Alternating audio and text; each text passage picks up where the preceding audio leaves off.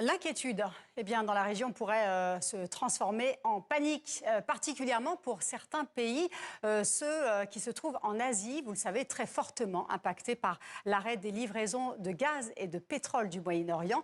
On fait tout de suite un tour d'horizon avec Alexandre Malesson. Ils ne sont qu'une petite vingtaine, mais leur colère est grande. Dépités face à la hausse des prix du carburant. Sur leurs pancartes, certains mettent directement en cause les frappes américano-israéliennes sur l'Iran. Tous réclament des actes de la part du gouvernement philippin. Ils doivent réduire la taxe sur le diesel, voire la supprimer, même temporairement. Sinon, nos familles vont réellement avoir faim. Ça nous aiderait déjà beaucoup si les prix baissaient. Ça permettrait à nous, chauffeurs, de gagner un peu plus pour nos familles au lieu de consacrer quasiment tout notre revenu à acheter du carburant.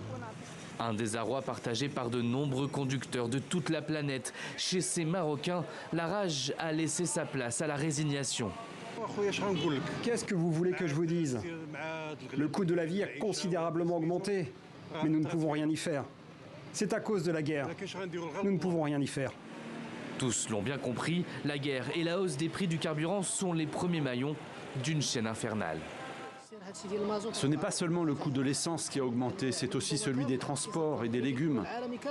Tout est lié. L'essence est une matière vitale. Une situation si inhabituelle que même la contrebande en souffre. Ces trafiquants de carburant pakistanais ne parviennent plus à vendre leur essence. Leur marge a fortement diminué.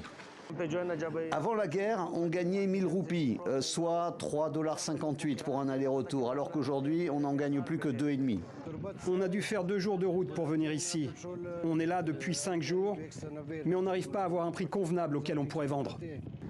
Des situations qui ne sont pas prêtes de s'arranger. Ce jeudi matin, les prix du pétrole ont à nouveau bondi après l'annonce de frappes contre des infrastructures énergétiques en Iran et au Qatar.